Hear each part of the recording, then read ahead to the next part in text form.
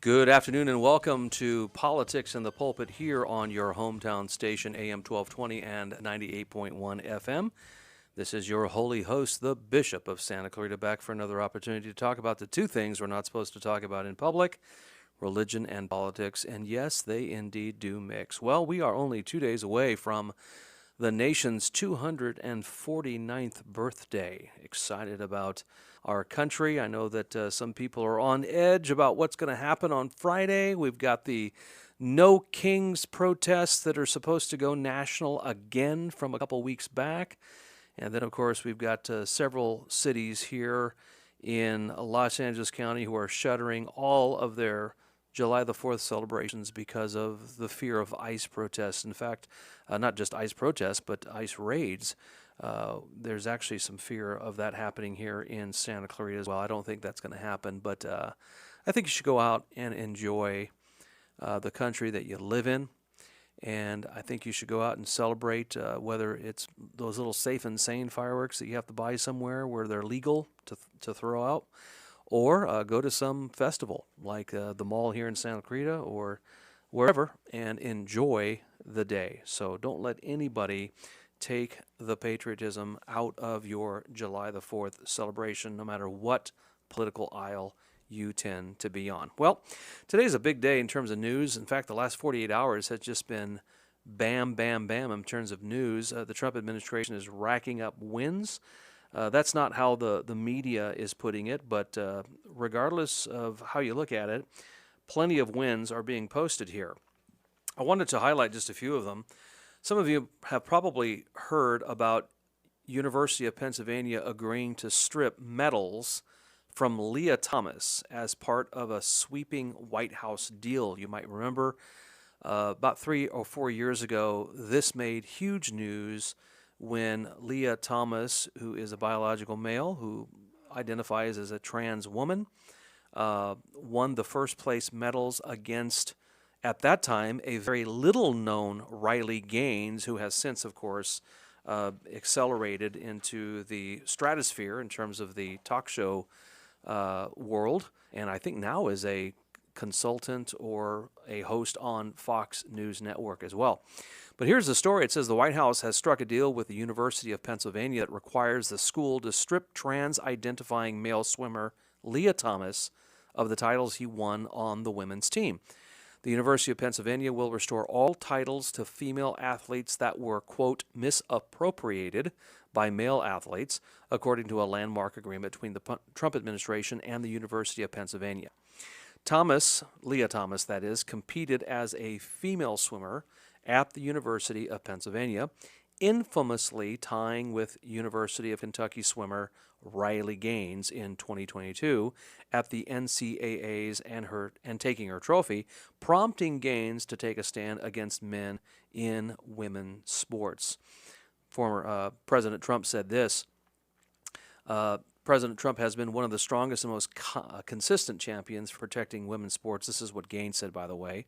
Under his leadership, the administration has taken decisive action through executive orders, public messaging, and policy initiatives to affirm a simple truth: men do not belong in women's sports. And of course, if you remember from about a year ago, the president of University of Pennsylvania was also being interrogated for some of their anti-Semitic, pro-Palestinian stuff that was going on their campus. And this is definitely a huge turn-about face for women in sports. And by the way, let me just say, for those of you out there that might have a problem with this, with where a biological male who is born with all the plumbing that males have, then transitioning, I wanted to let you know that even if they take the chemicals that change them biologically, even though that's technically impossible, if you will, feminizing their features and things of that nature. Remember, that doesn't take away from the fact that they are physically stronger than women. It's very rare to see a woman beat a man in a wrestling match or a boxing match. Why? Because men are just physically stronger, physically faster, and so on. We're just built that way. It's just the way it is. And so no matter what these biological men do to transition themselves, that God-given strength that is natural to that sex, the male sex, is going to be there no matter what. And this is why the preponderance of these trans athletes are winning these titles against biological females. It's because no matter what they do, those God-given attributes never, ever go away. And so that's, I think, is an effort of fairness. And by the way, our governor, who, of course, I'm not a big fan of here, Governor Gavin Newsom, said on one of his early podcasts, yeah, I think he still has a podcast weekly, if I'm not mistaken, but he even said that it's a question of fairness. And so I don't find myself agreeing with Gavin Newsom very much, but I agree with him there, if in fact he is actually being genuine when he says that. Speaking of Gavin Newsom, some of you have heard that on July 1st, which was yesterday, the California gas tax went up.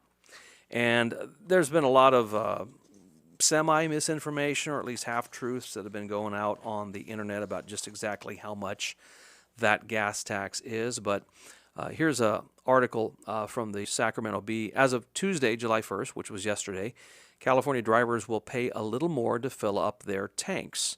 The state's gasoline excise tax increased from 59.6 cents to 61.2 cents per gallon, a change required by law, and then, of course, they add tied to inflation. So what exactly did change on July the 1st? Because obviously a lot of the posts I was seeing on Facebook and Instagram and other locations was it was going to go up, 65 cents in one day, which, of course, I don't think any politician would allow, because obviously that would be like very, very apparent when you're paying $4.50 one day on Monday, and then all of a sudden on Tuesday, July 1st, it goes up to $5.15 overnight.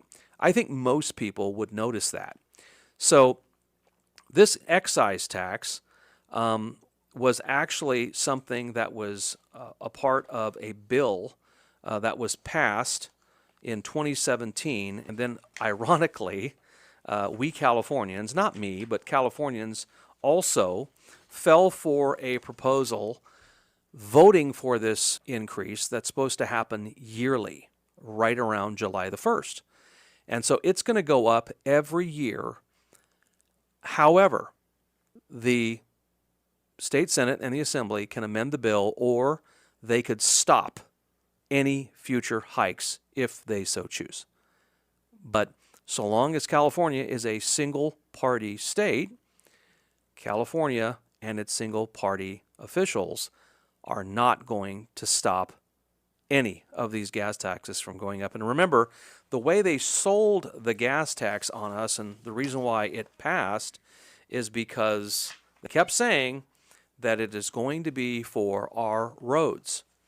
And I will say one thing, here in Santa Clarita, where we're broadcasting from, road conditions are a lot better than in other places. Of course, it depends on where you're driving, I guess, but I-5 could be better, but we're getting a lot of upgrades here on the I-5, especially the corridor that runs through the Santa Clarita Valley.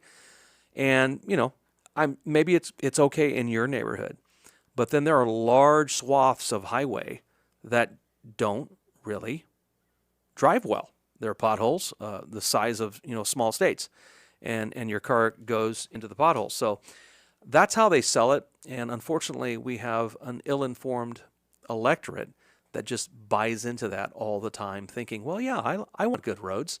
And then they just, mark yes for a tax increase. And of course, you have to keep in mind also, they never just say tax increase. They'll say some other type of word that definitely doesn't say tax. They want to definitely massage the wording on that. And in terms of California and their constant battle with the Trump administration, it seems like the Trump administration has taken the battle back to California.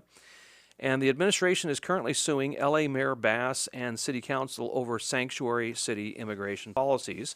We just talked about some of the ICE raids that have caused some of the cities here in Los Angeles County to shutter and not have any type of July 4th celebrations, especially in cities that have a high Hispanic population.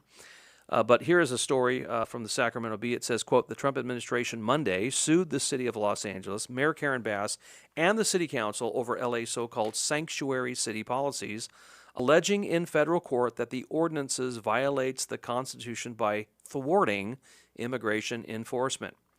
The lawsuit contends that the sanctuary laws in which local law enforcement officials refuse to assist immigration enforcement efforts are illegal and expressly designed to obstruct the federal government's enforcement of federal immigration law and impede consultation and communication between federal, state, and local law enforcement officials that is necessary for federal officials to do their job and carry out their federal immigration laws and keep Americans safe.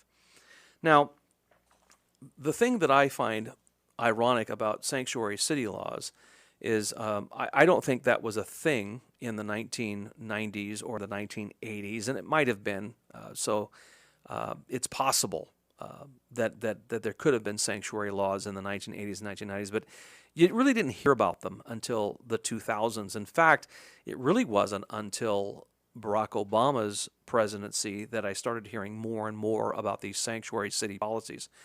And the whole point of sanctuary city policies is to protect those who are not here legally. Now, I do think it's important to protect everybody, but I do think it's important to prioritize those that are here as American citizens first. I think that's the way any nation across the globe would do that, because the French are going to keep the French safe. The Germans are going to keep the Germans safe. The Americans should keep all Americans safe, no matter race, religion, creed, or color. I think that makes the most sense, and that's one of the reasons why we're seeing the administration go after Karen Bass. Now, in terms of California, in terms of direction, we have a really, really big opportunity in 2026 to change the trajectory of our state. And we have two people right now currently running on the Republican side that are viable. We have several more, but two viable big-name candidates. The first, of course, is Chad Bianco, the sheriff of Riverside County, who, of course, we've had the privilege here at KTS to interview. And then, of course, Steve Hilton, the former Fox host, who is also running for governor of California. We also had the privilege of doing a special broadcast with him as well a couple of months ago. Both of those individuals are the two Republican viable candidates for the state of California. Now, the Democrats have got a half a dozen and counting. In fact, I think there might be more Democrats that are vying to then just take over Gavin Newsom and out-left Gavin Newsom. Now, Kamala Harris has been rumored to want to have been run for California governor. Now, of course, she is a California resident, and she was a senator here, and she ran as a law and order Democrat back in the day when she was district attorney.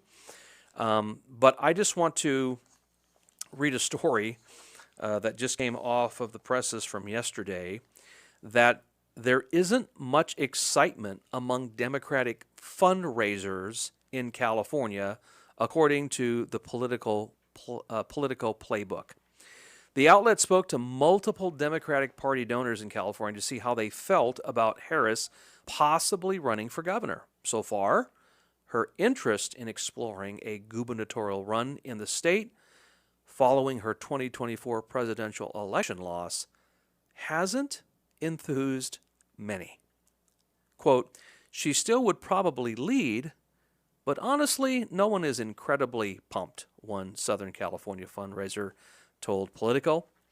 Harris, who lost November's election to President Donald Trump, is seriously considering a 2026 bid to succeed two-term and limited out Governor Gavin Newsom. A source close to Harris told Fox News Digital in March that she has told allies she will decide by the end of summer on whether to launch a gubernatorial campaign. Now, here are the problems with Harris running. Number one, she lost decisively with African American males. She lost decisively with Latino males. And she barely kept, believe it or not, the woman vote. Trump did not lose that by a large margin in 2024. He lost it by a larger margin in 2016, but he did not lose it by that great of a margin in 2024. Not only that, Donald Trump won the popular vote, albeit slim, yet he still won the popular vote.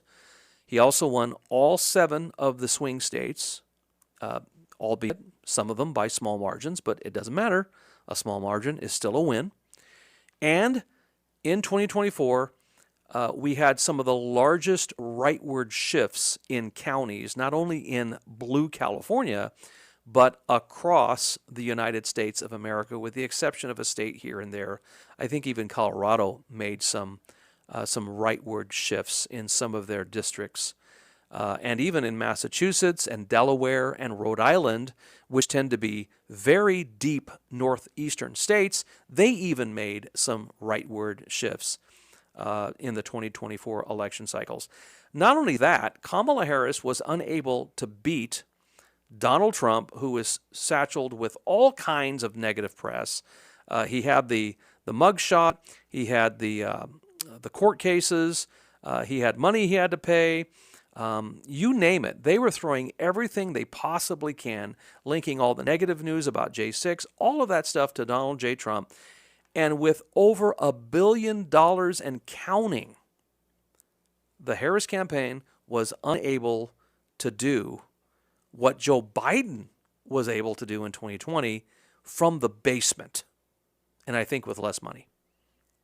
So when Kamala Harris, throws a trial, offers a trial balloon and says, I'm thinking about running for California governor, and this is why she did it back in March, because here we are in July, and the donors are not excited to write her another check. Why? Because they all wrote her a bunch of checks in 2024, and they have nothing to show for it except for Donald Trump in the White House, a Republican majority in the Senate, and a Republican majority in the House, and to boot, a 6-seat majority conservatives for the Supreme Court of the United States of America.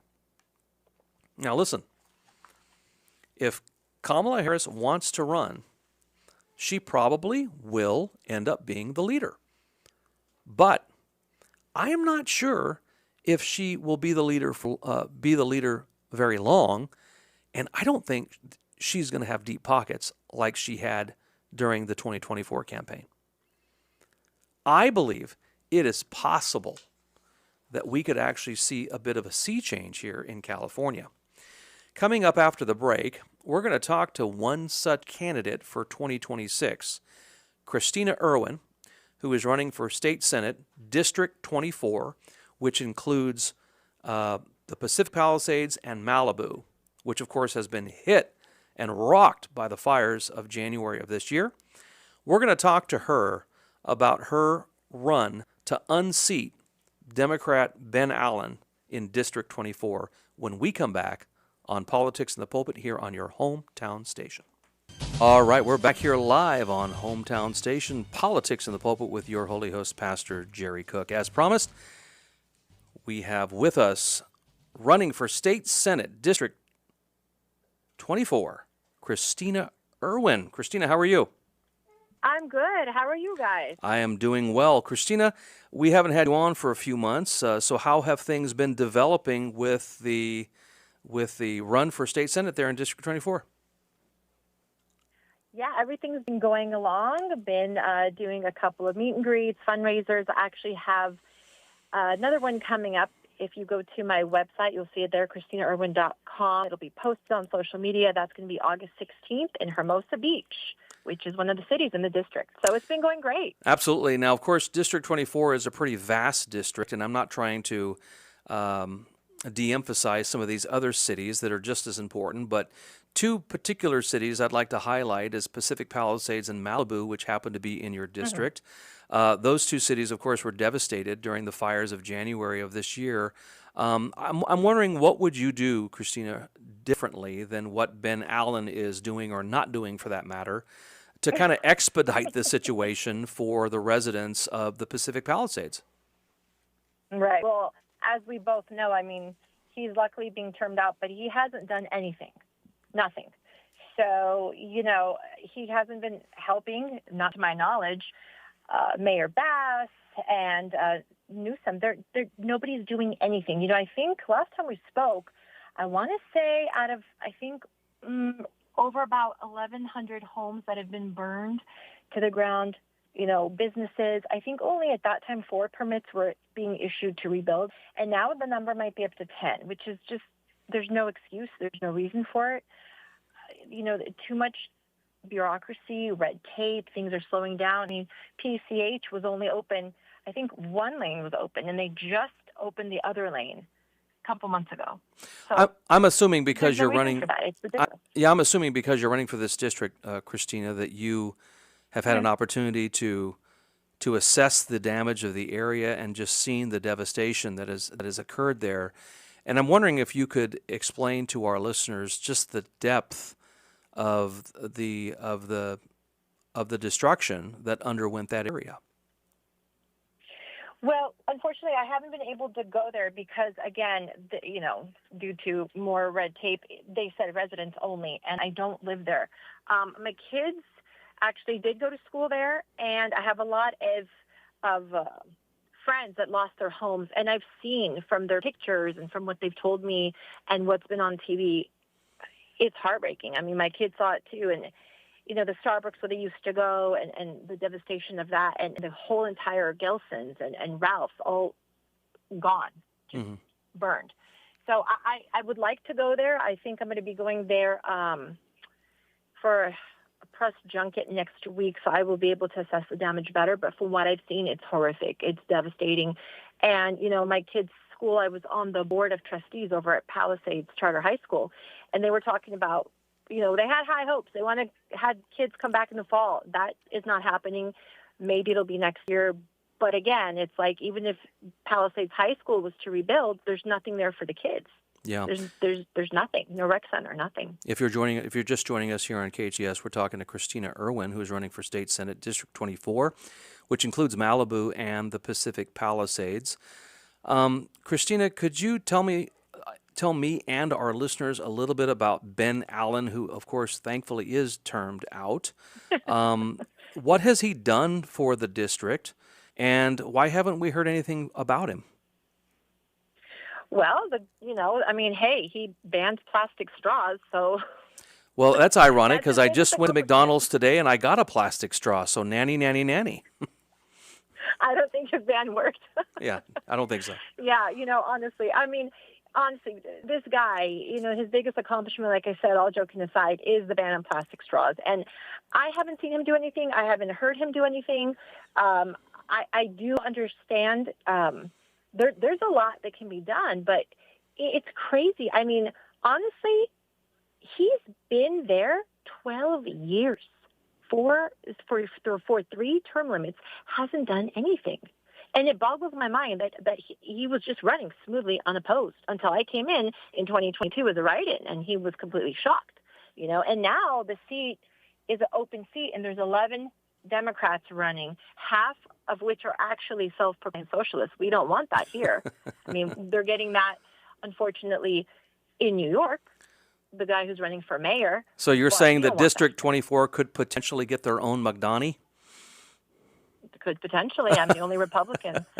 So people need to, wise up and vote accordingly. Indeed. Now, I want to go over some of these cities that is represented in the district. Obviously, we know Malibu and Pacific Palisades, but we've got the Palos Verdes Estates, we've got Rancho Palos Verdes, we've got Redondo Beach, Rolling Hills Estates, Santa Monica, Topanga, Torrance, Venice, Westwood, West Los Angeles, West Hollywood, Westlake Village, Manhattan Beach, and so on and so forth.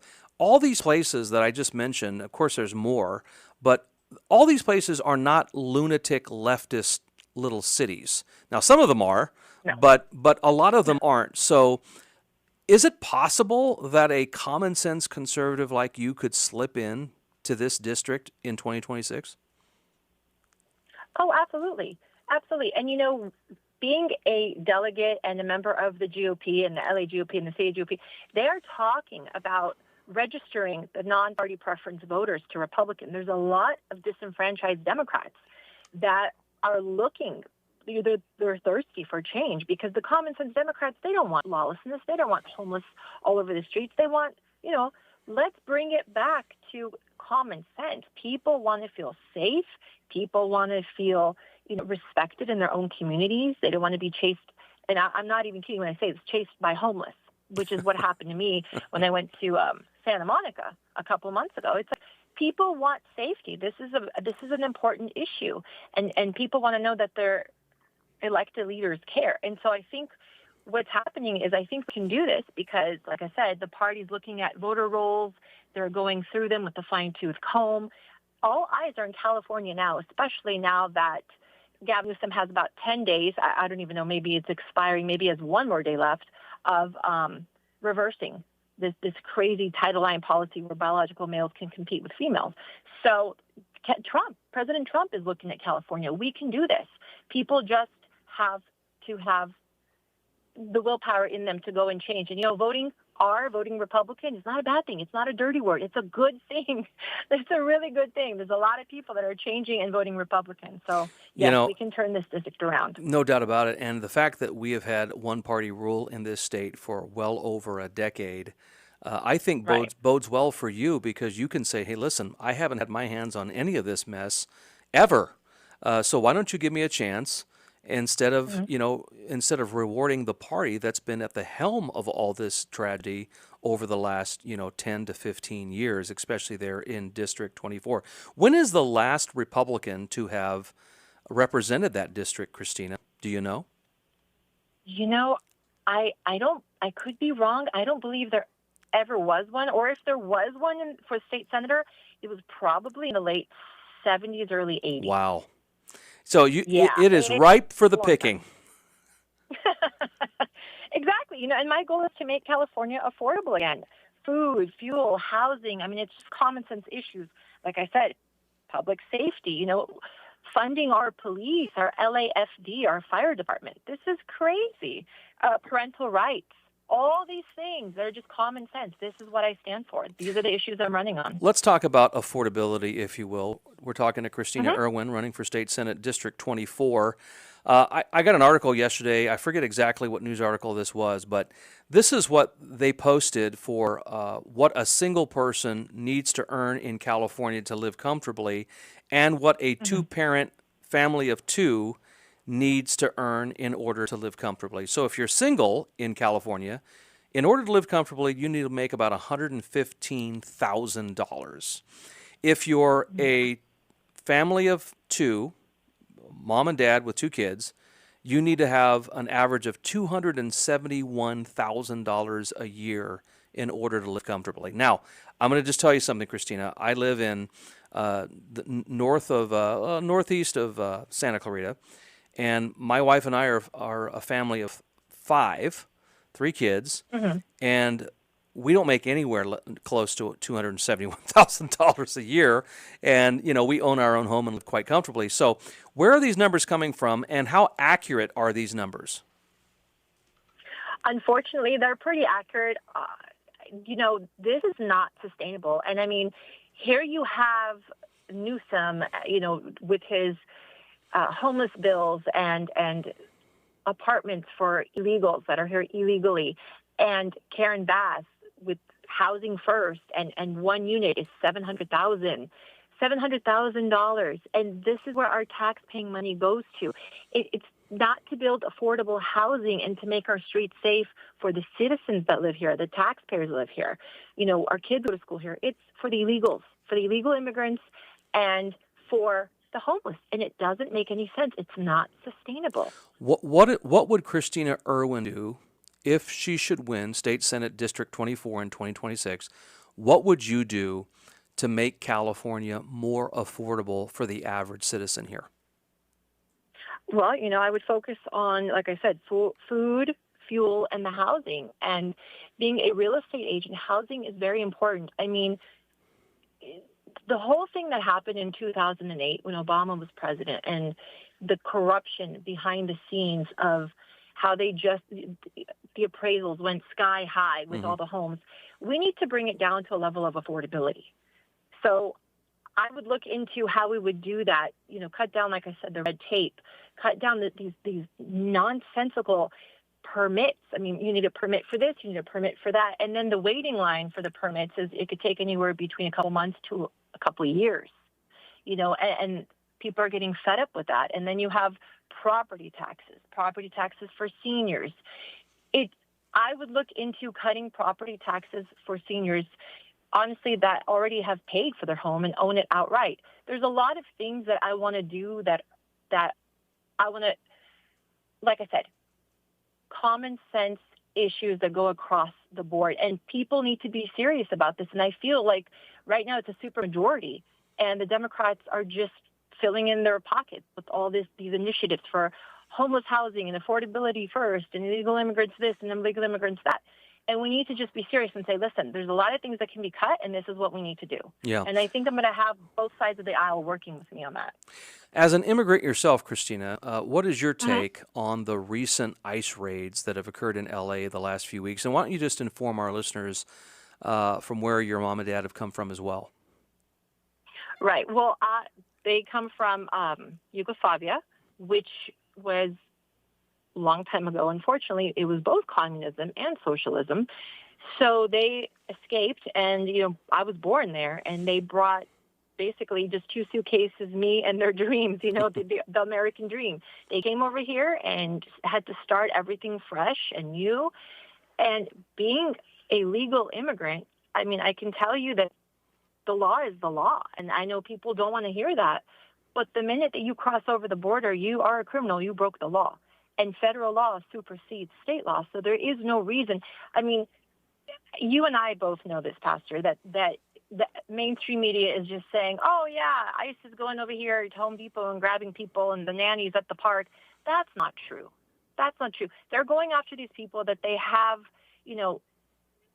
information on. They're getting warrants. They're getting intel from the federal government, from whatever the people are that are sending these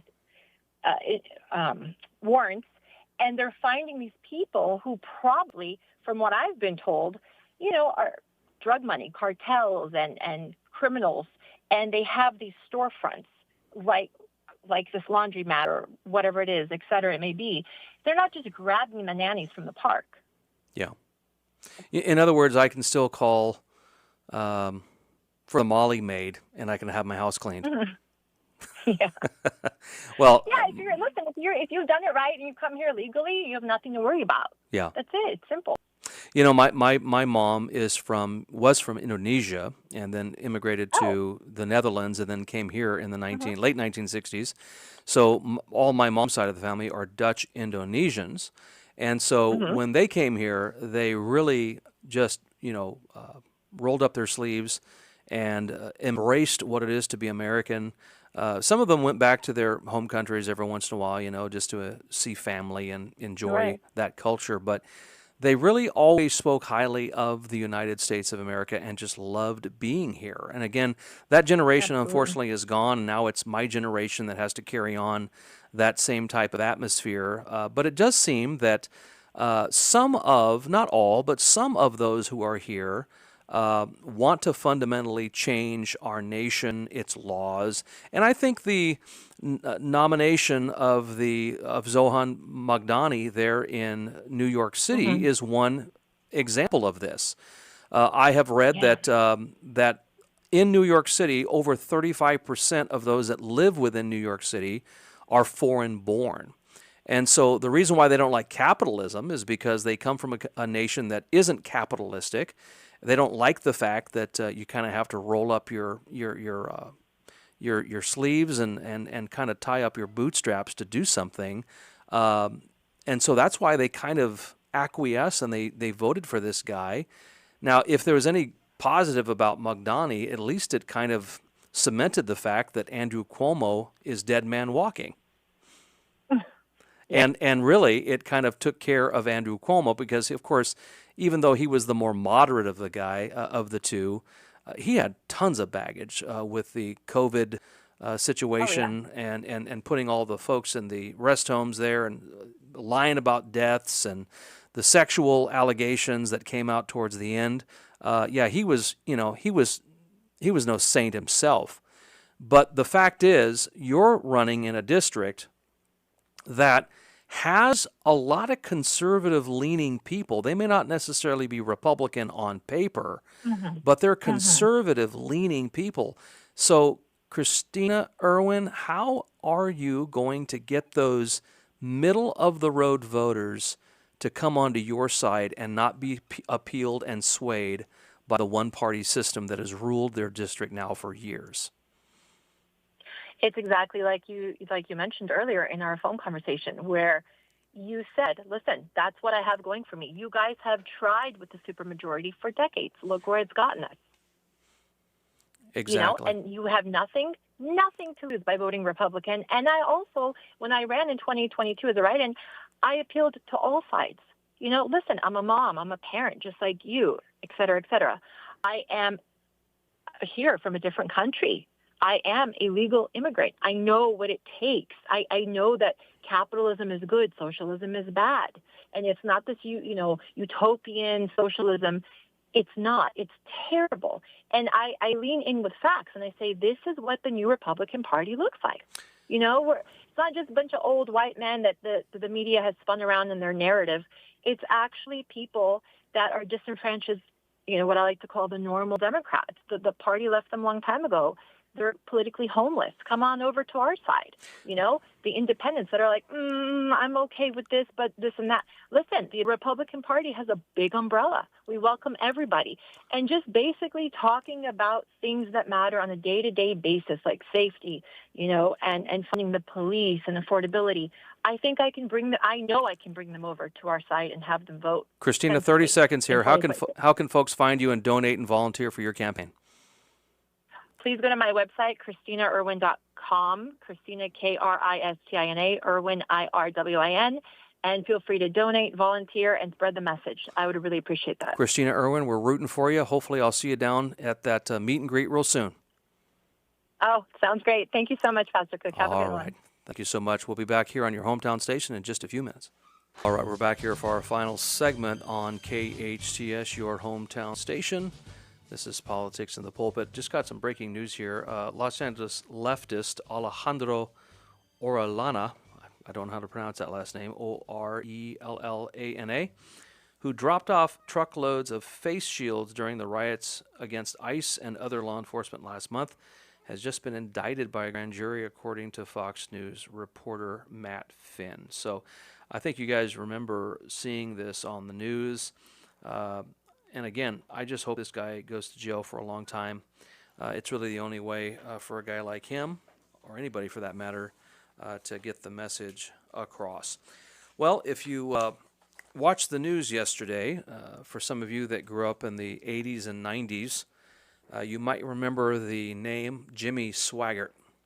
Jimmy Swaggart was the evangelist slash pastor who rose to fame in the 1970s, mainly because, at least at the time, was known as the first cousin to Jerry Lee Lewis, the great rock and roller, and then, of course, country music in the late 60s and 70s. And he's also the first cousin to Mickey Gilley, who, of course, was known for country and Western music as well in the 70s through the 80s.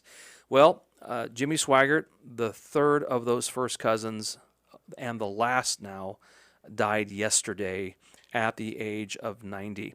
Now, I remember hearing about Jimmy Swaggart when I was a young kid in the 1980s. I remember my mom and dad, who were not particularly religious, to be honest with you folks, they watched Jimmy Swaggart. And I think one of the reasons why my dad watched Jimmy Swaggart is because Jimmy was a Southerner, and he was also the cousin of Mickey Gilley, as I mentioned, and Jerry Lee Lewis. So I think that connection drew someone like my father to listen to Jimmy Swaggart. And I've got my problems theologically with Jimmy Swaggart. I'm not here to necessarily outline all of those issues, but yeah, he had some word of faith theology that was wrong. I think he said some things about the gospel that probably borderline heresy, where he basically said that the Apostle Paul didn't fully understand the gospel and God had made it more clear to him, Jimmy, that is. So, yeah, there were some things that he said and did. And I understand also that in his church, if you went against him in any way, that you were basically a dead man walking. So he ran his church and his ministry with an iron fist, and he was basically, it was his way or the highway. But when in the 1980s, I remember the big deal was the sex scandal that broke when he was found in the hotel with that prostitute, and then went back to his church, and there was this sermon where he was crying, and of course all the newspapers ran with his face, looking all contorted, and he was crying, and something about, I think the newspaper said, "I sinned" or "I repent" or whatever it said. But that was the big deal. I mean, Saturday Night Live had a field day with that, and some of the late night comics as well. But then he went and said, I would never do this again. Then he got caught a second time with prostitutes. And then I think there might have been a third time when he was caught as well. But he was influential. At one point, he had over 200 stations in the U.S., Canada, and the Philippines, including the Bahamas. And his show was translated into several different languages. He was the author of over 100 books. He had something called the Expositor's Study Bible, which, according to Swaggart's own mystery estimates, sold more than 4 million copies, which I'm sure, gave him some pretty good royalty paychecks there, even though it is the Bible. Get it? It's not supposed to have any royalty connected to it. What is often forgotten, though, is the mark that Jimmy Swaggart made on gospel music as a singer, songwriter, and musician. In 1955, Jimmy Swaggart recorded his first album called Some Golden Daybreak, which ironically came a whole year before his cousin Jerry Lee Lewis would even record in the Sun Studios, and it was a whole decade before Mickey Gilley, his other cousin, would record as well. He had recorded 29 albums, according to some estimates, have sold over 5 million copies of those albums. In March of this year, he was inducted into the Gospel Music Hall of Fame for his extensive contributions to the industry. And if you listen to his piano style, it is very reminiscent of his cousin Jerry Lee Lewis and his other cousin Mickey Gilley. They could play piano. I mean, just flat out play the piano. They were very gifted. I'm not here to defend everything about Jimmy Swaggart. I'm not here to say I agree with everything that Jimmy Swaggart said or did. But I will say that with his death is the closing out of a musical legacy. Mickey Gilley died earlier, I think died in March of 2022, and Jerry Lee Lewis died not too long after him, and I might have that reversed. And so those were three men that were very instrumental in the music industry, and that legacy is gone now with Jimmy Swaggart passing yesterday at the age of 90. And love him or lump him, he had an impact on society. Well, in a couple weeks, I'm going to be gone. I'm going to have a substitute coming in. Some of you know who Samuel Green is. He is a pro-life advocate who has written briefs for the Supreme Court of the United States of America, and so we're going to have him come in and sit in for me on July 16th. We also have the possibility of bringing in one of the first 6 firefighters that went in during the Pacific Palisades on the night that fire took off. And so we're trying to work out either a broadcast here on this show, Politics in the Pulpit, or a special broadcast with that firefighter. And so when we can get that squared away, we will let you know. Thanks for tuning in today on your hometown station. This is Pastor Cook saying thanks for tuning in, and we'll see you here, same bat time, same bat channel next week. Take care.